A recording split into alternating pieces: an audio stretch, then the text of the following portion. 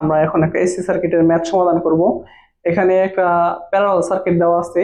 হ্যাঁ, একটা ব্রাঞ্চ হচ্ছে 6 আর 8 যে, আর একটা হচ্ছে 20 ওহম। এখান থেকে আমাদের এই টোটাল সার্কিটটা আমাদের সোর্স থেকে বা সাপ্লাই থেকে টোটাল 2200 ওয়াট পাওয়ার নেয়। হ্যাঁ, 2200 ওয়াট পাওয়ার নেয়।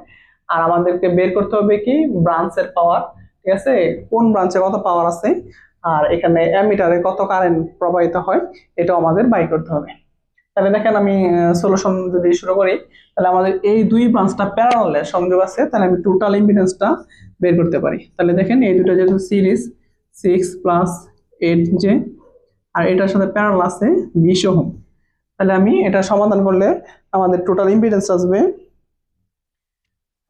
5.945 প্লাস 4.32 জি। এটা হচ্ছে আমার রেক্টেঙ্গুলার ফর্মে যদি নিই আমি, তাহলে রেক্টেঙ্গুলার ফর্মে কি এটা হয় আর, আর এটা প্লাস আছে যেহেতু, তাহলে এটা হবে এক্সেল। ঠিক আছে, আর প্লাস জে অফ এক্সেল এর মান।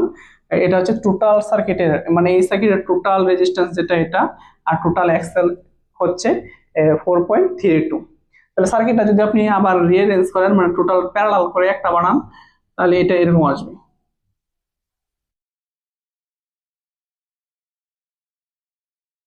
এরকম আসবে। এটা হচ্ছে কত 5.945 আর এটা হবে 4.32 জি। আর এটা হচ্ছে আমার সাপ্লাই 2200 ওয়াট। তাহলে বলছে, তাহলে আমার এইটা হচ্ছে যদি আমি এটা মিনিমাম মানে এটা সিম্পলিফাই করি, হ্যাঁ, আর আমার ব্রাঞ্চের পাওয়ার বের করতে হবে। তাহলে দেখেন যদি আমরা আমরা জানি কি অ্যাক্টিভ পাওয়ার, হ্যাঁ, অ্যাক্টিভ পাওয়ার এটারে পি দ্বারা প্রকাশ করে, অ্যাক্টিভ পাওয়ার এটার পি দ্বারা প্রকাশ করে। হ্যাঁ, পি ইকুয়ালটা আমরা জানি কি বিআই কস থিটা, এটা জানি। আবার আরেকটা সূত্র জানি যে I square R I square R. ঠিক আছে, আমরা যেহেতু এখানে আর টি আছে, তাহলে আমরা এই সূত্রটা থেকে দুইটা দিয়ে বের করা যায় একটি পাওয়ার। আমি এটা নিতেছি P equal to I square R, যেহেতু এখানে ভোল্টেজ নাই এই জন্য এই অপশনটা যাচ্ছি না আমরা। তাহলে P equal to I square R T. আর টি মানে যখন আমি টোটাল রেজিস্ট্যান্সের মানটা বসাবো তখন আমার টোটাল পাওয়ারটা আসবে এখানে। এই জন্য আমি যেহেতু পি টোটালটা নিচ্ছি, এই জন্য কি PT equal to I square R T দিচ্ছি আর কি। হ্যাঁ, তাহলে দেখেন টোটাল পাওয়ার ছিল কত আমাদের 2200 ওয়াট।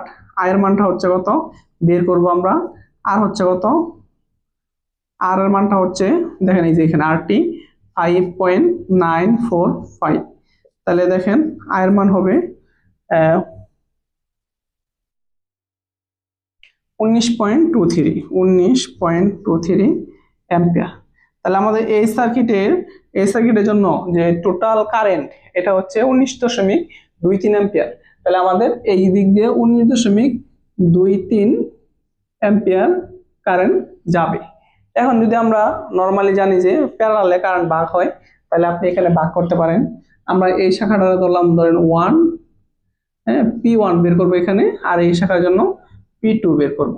তাহলে এই শাখার জন্য যে কারেন্টটা যাচ্ছে এটা ধরতে পারেন I1, এটা দিতে পারেন কি I2। তাহলে যদি আমি প্রথমে ধরেন আমি I1 বের করব, তাহলে টোটাল কারেন্ট হচ্ছে 19.23 I1।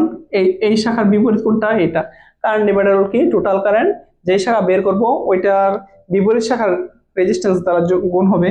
তাহলে দেখেন 19.23, যেহেতু আমি এই ব্রাঞ্চ বের করব, এই ব্রাঞ্চটা বের করব, তাহলে বিপরীত শাখা হচ্ছে 20 ভাগ, হ্যাঁ, দুই শাখার যোগফল, তাহলে উপরের শাখা যোগ নিচের শাখা।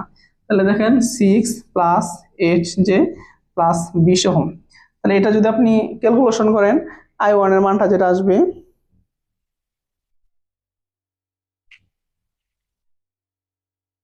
14.138 আর অ্যাঙ্গেল আসবে 36.02। এটা হচ্ছে আমার এই ব্রাঞ্চের কারেন্ট। আর যদি আপনি এই I2 ব্রাঞ্চের কারেন্ট বের করেন, I2, তাহলে এবার করতে পারেন টোটাল হচ্ছে 19.23, এটার বিপরীত শাখা হচ্ছে 6 + 8j ভাগ দুই শাখার যোগফল 6 + 8j + 20। তাহলে আপনার এটা বের হবে 7.06 অ্যাঙ্গেল আসবে এটা 36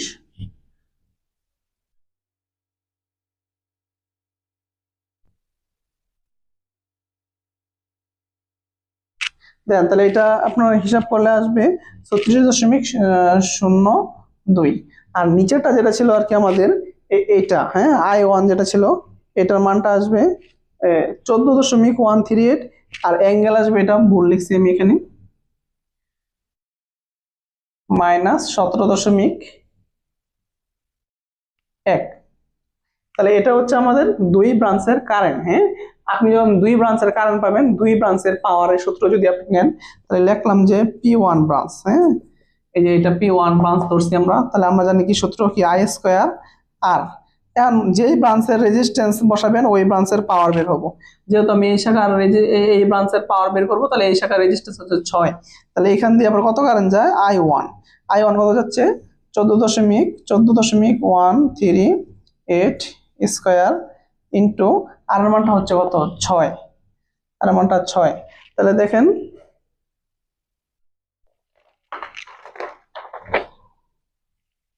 তাহলে এটা আসবে আমার 1200 ওয়াট। 1200 ওয়াট। তাহলে আপনি এটা এভাবে করতে পারেন।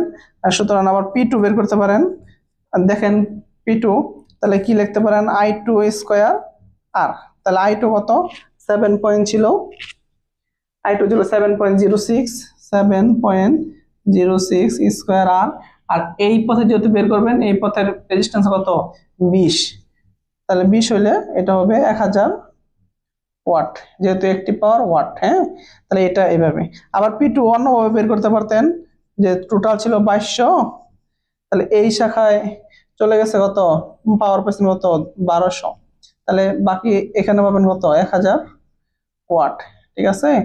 আবার এখানে যখন আবার এখানে কারেন্ট বের করছিলেন I1, তখন I2 এভাবে না বের করে আপনি চাইলে এভাবে বের করতে পারতেন, I2 19.23 মাইনাস I1।